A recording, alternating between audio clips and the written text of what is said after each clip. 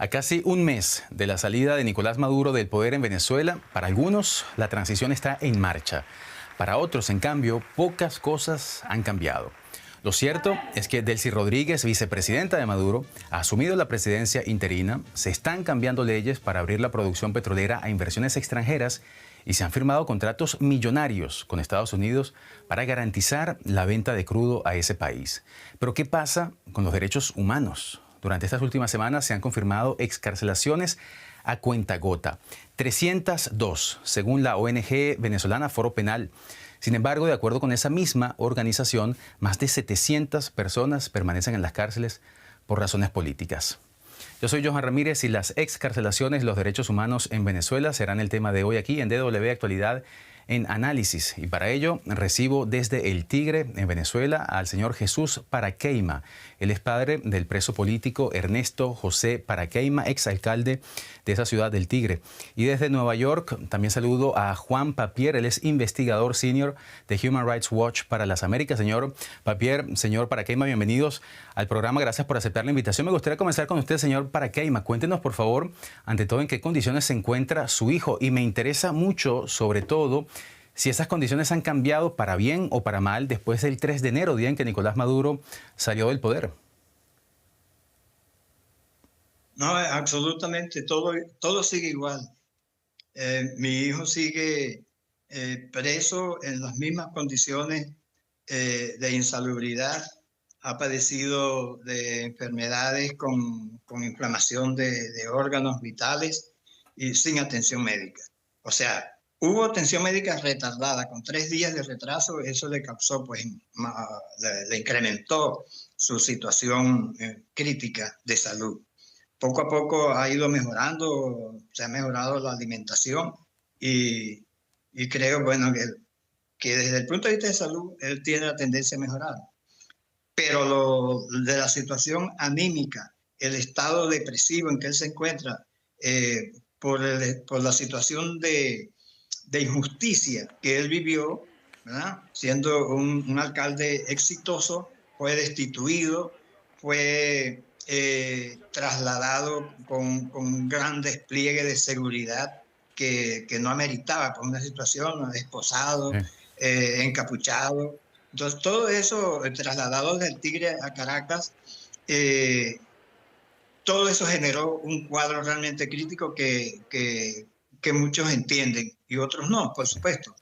Pero la depresión que le ha causado, pues, haber hecho un viaje que no sabía para dónde lo llevaba, no sabía qué iba a hacer, qué iba a pasar con él, así encapuchado sin poder ver el rostro de la gente con quien andaba, ni para dónde lo llevaban. Bueno, ahí realmente eso le quedó esa secuela que lo mantiene todavía en un estado depresivo que amerita tratamiento médico especializado. Sí, lo que usted nos cuenta, señor Paraqueima, podría ser un caso, es un caso puntual, pero representativo, sin duda, de lo que muchos otros presos políticos también pueden estar viviendo en Venezuela. Y en ese sentido le pregunto a usted, señor Papier, de acuerdo con la información que ustedes manejan, ¿ha cambiado la situación de los presos políticos en Venezuela tras la salida de Nicolás Maduro? ¿Cómo está la situación en estos momentos en este tema? Por supuesto que nos alegra que hayan sido liberados cerca de 300 presos políticos, defensores de derechos humanos, periodistas, opositores políticos, que por fin han podido reencontrarse con sus familias. Pero siguen cerca de 700 presos políticos en las cárceles de Venezuela. Hay que ser claro, Venezuela sigue siendo una dictadura, el andamiaje jurídico represivo sigue en pie, no hay separación de poderes. Este es un país donde se cometen y se siguen cometiendo graves violaciones de derechos humanos, donde sigue habiendo censura, donde sigue habiendo represión, y exigimos la liberación de todos los presos políticos y que esa liberación sea incondicional y permanente. No queremos que aquí haya nuevamente puerta giratoria o que se trate simplemente de una concesión táctica para seguir reprimiendo en el futuro. Pues ese panorama que usted nos pinta, señor Papier, hablaría entonces de una situación básicamente en la que no han cambiado grandes cosas, en las que no se podría hablar de una transición real en el país. Señor Paraqueima, estas excarcelaciones, ¿cómo son vistas por ustedes, los familiares? ¿Ven en estos señales de que hay un cambio en el país hacia mayores libertades para la población civil? Bueno, el cambio es lo que está planteado. El pueblo lo decidió desde el 28 de julio del 2024, cuando fue desconocida la victoria del señor González y entonces sucedió la usurpación del poder por parte de Nicolás Maduro. En estos momentos, yo creo que estamos en una situación peor, porque ahora no tenemos un presidente ilegítimo, pero era uno. Ahora tenemos dos y hasta tres. Hay una especie de triunvirato. Entonces, eso realmente desdice mucho de un sistema democrático. No veo a corto plazo que vaya a mejorar la situación de los presos políticos. Más bien, la tendencia es a que empeore por la misma situación, porque hay presos que son presos particulares de Diosdado o de Jorge o de Dilsa, o de Delcy, la vicepresidenta encargada. Sí, pues sin duda es una situación complejísima la que vive Venezuela, por decir lo menos, señor Papier. En los días siguientes a la detención de Nicolás Maduro por parte de las fuerzas estadounidenses, Human Rights Watch, la organización que usted representa, decía que Washington arriesga, cito, un desastre para los derechos humanos, y estoy leyendo un comunicado de prensa publicado por ustedes el 7 de enero. Son palabras muy fuertes. ¿Cómo ven las cosas actualmente ustedes allí en Human Rights Watch? Yo creo que la continuación del régimen represivo en Venezuela, solamente para satisfacer intereses económicos o políticos de los Estados Unidos, sería una debacle. Sería un nuevo desastre de derechos humanos para el país. Lo que necesita Venezuela es una transición a la democracia, que se respeten los resultados de elecciones libres y justas, que se libere a los presos políticos, que cese la represión y que sean los venezolanos los que elijan a su gobierno y los que elijan cómo se utilizan sus recursos naturales. Que no sea Estados Unidos y que tampoco sea una dictadura represiva como ha sido la dictadura de Nicolás Maduro y como continúa la dictadura hoy de Delcy Rodríguez y Diosdado Cabello.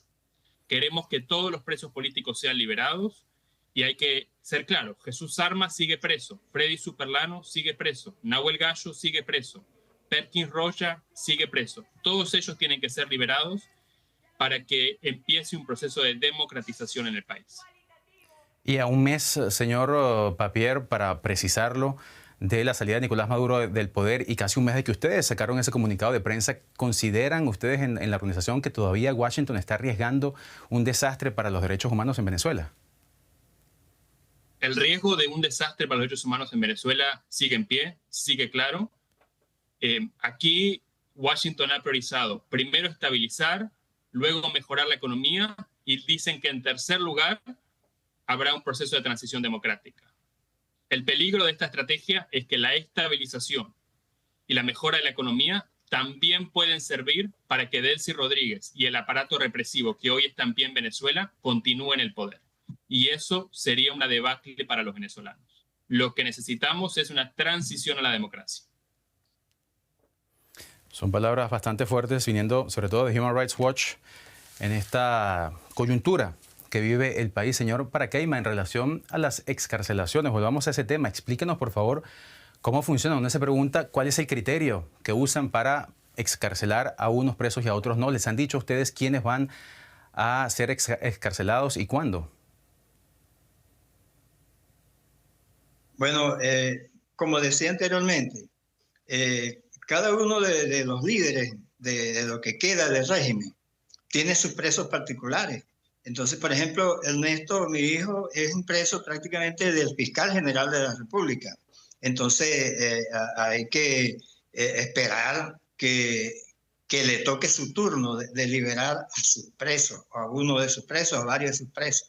Y así mismo es Diosdado Cabello, y así mismo es Delcy, y así mismo es Jorge. Bueno, ya Padrino no se mete porque está prácticamente marginado del poder. Eso crea una incertidumbre mucho mayor, porque realmente la orden o la instrucción que ha dado el gobierno norteamericano es la liberación inmediata de todos los presos. Todo el mundo pensaba pues, que eso se iba a hacer de esa manera, pero no, ha sido por cuentagotas y realmente de una forma desordenada. Fíjense que hay situaciones donde las madres van a esperar a sus presos que salgan de la puerta de la cárcel y no lo ven, y entonces preguntan dónde está su hijo y le dicen de allá adentro, le dicen que él no está allí.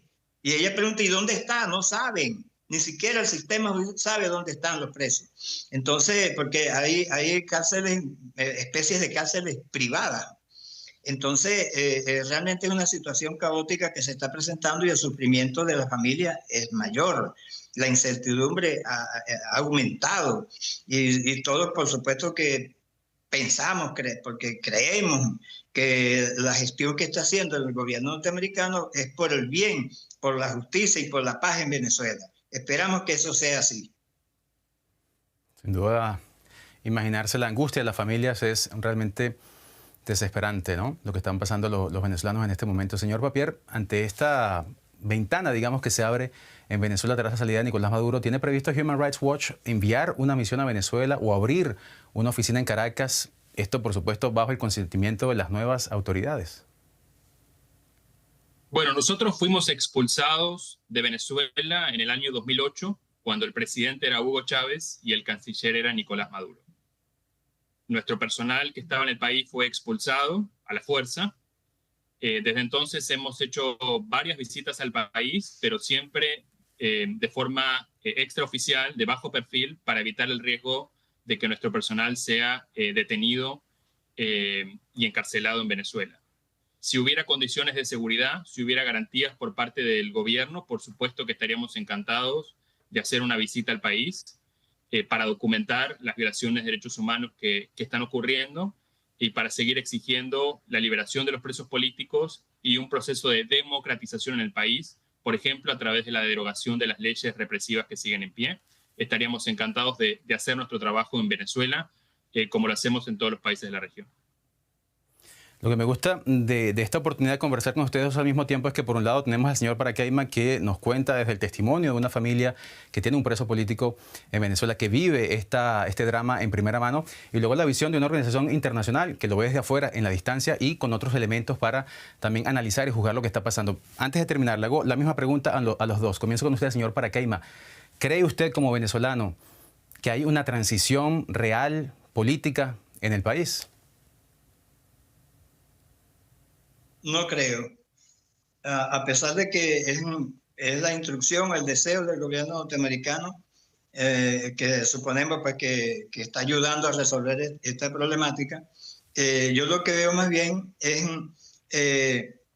un deseo, porque lo están haciendo en realidad, del triunvirato que nos está, no es que, ni siquiera nos está gobernando, de un triunvirato que está aprovechando una coyuntura para convivir con el gobierno norteamericano y darle largas al asunto y mantenerse en el poder.